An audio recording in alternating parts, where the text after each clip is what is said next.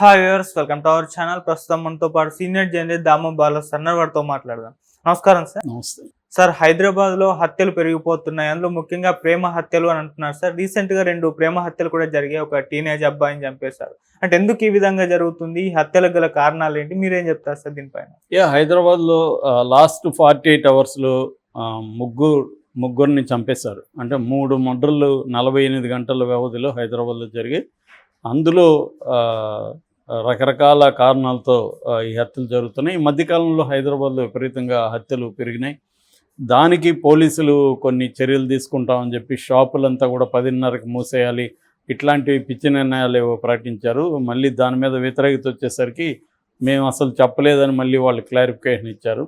So క్లియర్గా ఏంటంటే police failure అనేది కనబడుతుంది, లా అండ్ ఆర్డర్ ఫెయిల్యూర్ అనేది కనిపిస్తుంది. ఈ రేవంత్ రెడ్డి ప్రభుత్వం వచ్చినాక తెలంగాణలో క్రైమ్స్ ఎక్కువ పెరిగాయి అనేది బీఆర్ఎస్ లాంటి పార్టీలు ఆరోపిస్తున్నాయి. అంటే డేటా పరంగా మనం చూసుకున్నప్పుడు కొద్దిగా ఈ మధ్యకాలంలో పెరుగుతున్నట్టయితే కనబడుతుంది. దానికి రేవంత్ రెడ్డి ప్రభుత్వానికి సంబంధం ఉందా లేదనేది వేరే చర్చ, కానీ పెరుగుతున్నాయి. గతంతో పోలిస్తే ఈ మధ్యకాలంలో హైదరాబాద్లో బాగా పెరుగుతున్నాయి.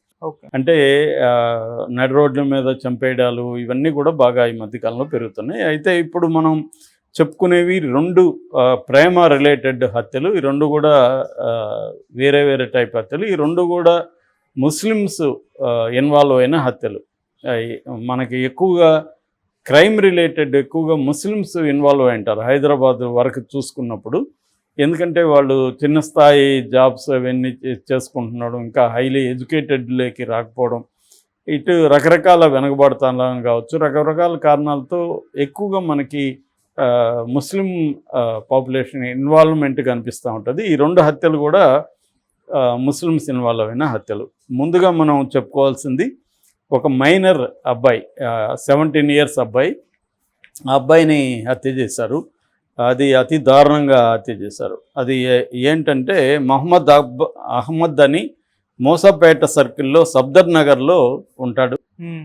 ఆయనకు ఒక కూతురు, ఒక కొడుకు 17 ఏళ్ళు. ఆ అబ్బాయి పేరు దానిష్. సో ఈ దానిష్ అనే అబ్బాయి మాస్టర్స్ జూనియర్ కాలేజీలో ఇంటర్మీడియట్ చదువుతున్నాడు. అయితే ఇతనికి చాలామంది ఫ్రెండ్ సర్కిల్ ఉన్నారు. అందులో ఒక అబ్బాయి, వీళ్ళ పేర్లంతా కూడా మనకి మీడియాకి పోలీసులు చెప్పలేదు.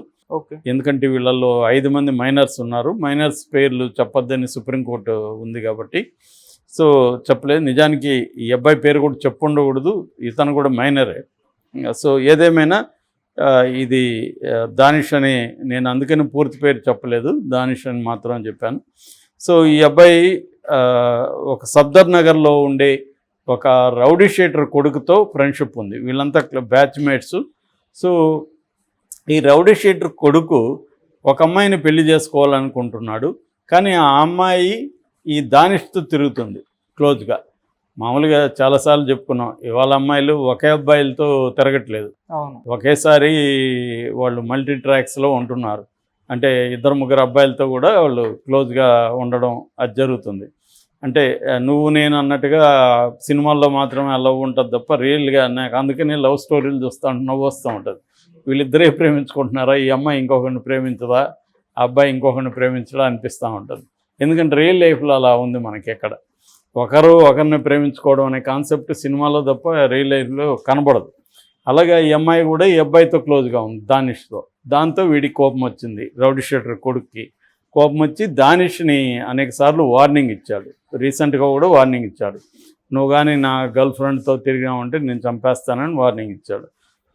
మేబీ అబ్బాయి కూడా మనకి తెలుసు ఏజ్ గ్రూపులో ఎలా ఉంటుంది, ఒక రెబల్ నేచర్ ఉంటుంది, దేన్ని కేర్ చేయని ఒక ఇది ఉంటుంది. రెండోది పరిస్థితుల్ని ఆకలింపు చేసుకొని అర్థం చేసుకొని ఒక మెచ్యూరిటీ ఉండదు. ఎక్కువగా ఎన్పాచ్యువేషను, అట్రాక్షన్ ఉంది, ఒక రెబలియస్ నేచరు, అమ్మాయిలతో తిరగడం కూడా ఒక రెబల్ లాగా ఫీల్ అవుతారు. రెండోది ఆ అమ్మాయి కూడా, అమ్మాయి కంట్రోల్ వీడు ఆ అమ్మాయిని కంట్రోల్ చేయలేడు, ఎవరు మన రౌడీ షీటర్ కొడుకు. కాబట్టి వీని మీద ఎక్కువ ప్రెజర్ పెట్టాడు. దాంతో ఆ అబ్బాయి వినట్లేదు. కాబట్టి ఈ రౌడీ షీటర్ కొడుకు ఏం చేశాడంటే, వీడికి ఆల్రెడీ వాళ్ళ ఇంట్లో వాళ్ళ నాన్న జైలుకి వెళ్ళడాలు, పోలీస్ స్టేషన్ ఇవన్నీ ఎక్స్పోజర్ వచ్చి ఉంటుంది. అంటే క్రైమ్ ఎలా చేయాలి, చేసినాక కూడా ఏం చేయాలో ఈ అబ్బాయికి మొత్తం తెలుసు. అందువల్ల వాళ్ళ నాన్న అనుభవం నుంచి తను నేర్చుకొని ఏం చేశాడంటే వీడిని ఎలా చంపాలి ఏంటి అనేది ముందు ఒక స్కెచ్ చేశాడు. ఓకే. ఆ స్కెచ్ చేసి ఏం చేశాడంటే వీడ క్లోజ్ ఫ్రెండ్స్ ద్వారా ఫోన్ చేయించి సరదాగా రారా కలుద్దామని చెప్తే 22వ తేదీ ఈవినింగ్ అబ్బాయి వెళ్ళాడు దానిష్. వెళ్ళినాక వీళ్ళు బోరబండ రైల్వే స్టేషన్ దగ్గరికి తీసుకెళ్ళి వీళ్ళకంతా గాంజా బ్యాచ్ కూడా వీళ్ళు. సో గాంజా తీసుకొని అందరూ గాంజా పీల్చారు. పీల్చిన తర్వాత ముందుగా ప్లాన్ చేసుకొని గాంజా పీల్చారు, బీర్లు కూడా తాగారు. సో ఆ బీరు బాటిల్తో ఇతన్ని పొడిచారు. ఇతను కొంచెం పెనుగులాడాడు, కానీ ఇతను ఆ బీరు బాటిల్తో చనిపోలేదు, పడిపోయాడు కింద, చనిపోలేదు. దాంతో గొంతు పిసికి చంపేశారు. చంపినాక ముందే వీళ్ళు ప్లాన్ చేసుకున్నట్టుగా ఆ శవాన్ని తీసుకెళ్ళి రైలు పట్టాల మీద పడుకోబెట్టారు. అంటే వాళ్ళ ప్లాన్ ఏంటంటే ఇది యాక్సిడెంట్ లాగా, అతను ఏదో రైలు క్రాస్ చేస్తుంటే ట్రైన్ వచ్చి గుద్దేసింది, యాక్సిడెంట్ లాగా చూపించాలనేది వాళ్ళ ప్లాను. సో అలాగే వాళ్ళు బాడీని అక్కడ వేసేసారు, వెళ్ళిపోయారు. సో ఇక్కడ వీళ్ళ నాన్న ఏం చేశాడంటే అహ్మద్ ఆయన ఏం చేశారంటే ఈ అబ్బాయి 22వ తేదీ ఈవినింగ్ వెళ్ళాడు, బయటికి రాలేదు. విచారిస్తే ఎక్కడ ఎవరింటికి పోయాడు, ఎవరి ఫ్రెండ్స్ ఎక్కడ దొరకలేదు. దాంతో నైట్ అంతా వస్తారేమో అని చూశాడు, నైట్ రాలేదు. సో టెన్షన్తో మార్నింగ్ లేచి వెళ్ళి పోలీస్ స్టేషన్లో కంప్లైంట్ ఇచ్చాడు. అల్లాపూర్ పోలీస్ స్టేషన్ అది. అల్లాపూర్ పోలీస్ స్టేషన్లో వెళ్ళి కంప్లైంట్ ఇచ్చాడు, ఇట్లా నా కొడుకు కనబడలేదని. వాళ్ళు మామూలుగా మిస్సింగ్ కేసుగా నమోదు చేసుకున్నారు. అది 2గా వెళ్ళిపోయింది. దాంతో వాళ్ళకి ఇన్ఫార్మ్ చేశారు మిస్సింగ్ కేసు ఉన్నది, ఈ ఫోటో కానీ పోలికలంతా దగ్గరగా ఉన్నాయని చెప్పి వాళ్ళకి ఇన్ఫార్మ్ చేస్తే తండ్రి, తల్లి, వాళ్ళ సిస్టరు వాళ్ళందరూ వచ్చి చూస్తే ఈ అబ్బాయి వాళ్ళు ఇంకా బోరున విలిపించారు. ఇలాగా అంటే సరే వీళ్ళు హత్య కేసు కింద నమోదు చేసుకున్నారు. సరే ఎవరు చంపుంటారు అంటే వీళ్ళు చెప్పారు, గతంలో ఇలాగా రౌడీ షీటర్ కొడుకు మా కొడుకుని బెదిరించాడు, అతని మీద మాకు డౌట్ ఉంది అని చెప్పారు. దాంతో వీళ్ళు ఆ రైల్వే స్టేషన్ దగ్గర సెల్ టవర్లో ఏ ఫోన్లు రిజిస్టర్ అయ్యాయి అవన్నీ నెంబర్స్ చెక్ చేశారు. సో అందులో ఈ రౌడీ షీటర్ ఫోన్ కూడా ఉంది. దాంతో అతను పట్టుకున్నారు. అతను కన్ఫెస్ అయ్యి ఇదంతా చెప్పాడు. దాంతో 10 మంది ఇన్వాల్వ్ అయినారు. 10 మందిలో 5 మంది మైనర్స్. సో ఈ 10 మందిని కూడా కోర్టులో ప్రొడ్యూస్ చేస్తే 5 మందికేమో రెగ్యులర్ జైల్లోకి రిమాండ్కి ఇచ్చారు. మిగతా 5 మందినేమో జువనైల్ హోమ్ ఉంటుంది కదా, జువనైల్ హోమ్కి పెట్టారు వీళ్ళు.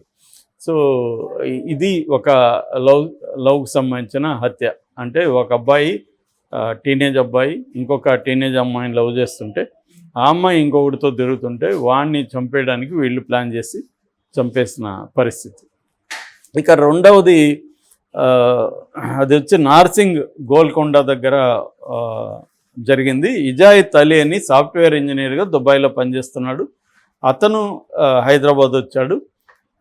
అతను ఇక్కడ ఒక అమ్మాయిని లవ్ చేస్తున్నట్టుగా తెలిసింది. సో ఆ గొడవల్లో ఏం చేస్తారంటే కొంతమంది కారులో వచ్చి అతన్ని గొంతు కోసేసి చంపేసి వెళ్ళిపోయారు. అందులో 2 అబ్బాయిలు, ఒక అమ్మాయి కూడా ఇన్వాల్వ్ అయింది. అది ఇంకా డీటెయిల్స్ పోలీసులు ఇంకా పసిగట్టలేదు. అంటే అదైతే లవ్కి సంబంధించిన హత్య అని చెప్తున్నారు. అది కూడా ఇక్కడ ఆల్రెడీ ఎవరో గర్ల్ ఫ్రెండ్ని ఆ అబ్బాయి ఫోన్లో అంతా చేస్తున్నాడు, లవ్ చేస్తున్నాడు. దాంతో వాళ్ళిద్దరు మాట్లాడుకుంటున్నారు. దాంతో ఆ అబ్బాయికి సంబంధించిన ట్రాప్ చేసి ఈ అమ్మాయి ద్వారానే అబ్బాయిని హైదరాబాద్ పిలిపించి ఇలా చేశారు అనేది వెర్షన్ అనమాట. సో 2 హత్యలు కూడా ప్రేమ వల్ల జరిగినాయి. నేను చాలాసార్లు చెప్తుంటాను, ఇవాళ అమ్మాయిలకి అబ్బాయిలకి ఫ్రీడమ్ ఉంది కాబట్టి నేను 10 మంది అమ్మాయిలతో తిరుగుతానని అబ్బాయి, నేను 10 మంది అబ్బాయిలు నాకు వెంటబడుతున్నారు కదా, నేను ఒక్కడితోనే ఎందుకు ఉండాలి, నలుగురితో తిరుగుతానని అమ్మాయి. ఇది కామన్ అయిపోయింది. తల్లిదండ్రులు కూడా ఏం చేయలేని పరిస్థితి. అయితే వీళ్ళకి తెలియదు ఏంటంటే దీనివల్ల సైడ్ ఎఫెక్ట్స్ ఏమున్నాయి, ఏమొస్తాయి అనేది వచ్చే వరకు తెలియదు. అందువల్ల కొంతమందికి రాకుండానే వాళ్ళ లైఫ్స్ బాగానే ఉండొచ్చు, ఎంజాయ్ చేయొచ్చు, వాళ్ళు హ్యాపీగానే ఉండొచ్చు. కానీ కొంతమందికి అలా ఉండట్లేదు. దీనివల్ల ఏంటంటే ఎవరో ఒకరు హర్ట్ అవ్వడం ఈ రిలేషన్షిప్స్లో. ఇప్పుడు ఒక అమ్మాయి 2 అబ్బాయిలతో తిరుగుతుంది అనుకో, అందులో ఒకడు హర్ట్ అవుతాడు, ఒకడు ఈగో హర్ట్ అవుతుంది, మేల్ ఈగో.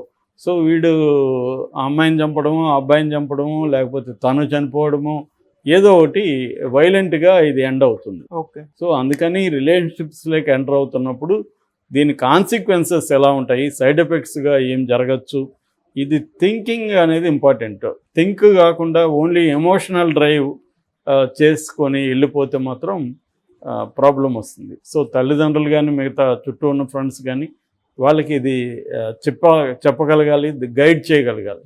సో ఈ అబ్బాయి ఇప్పుడు మనం చూసుకుంటే జూనియర్ అబ్బాయి ఆల్రెడీ హెచ్చరించినప్పుడే కొంచెం ఒరే బాబు నాకేమీ అమ్మాయి అవసరం లేదు, నేనేదో సరదాగా తిరుగుతున్నాను అని చెప్పేసి దూరం అయింటే ఈ అబ్బాయి చంపుండేవాడు కాదు. సో కొంత జాగ్రత్తగా ఉండాల్సిన అవసరం ఉంది. ముఖ్యంగా టీనేజ్ పిల్లల ఉన్న తల్లిదండ్రులు కొంత కనిపెట్టుకొని ఉండాల్సిన అవసరం ఉంది, వాళ్ళ పిల్లలు ఏం చేస్తున్నారు ఏంటి అని. Okay sir, thank you so much.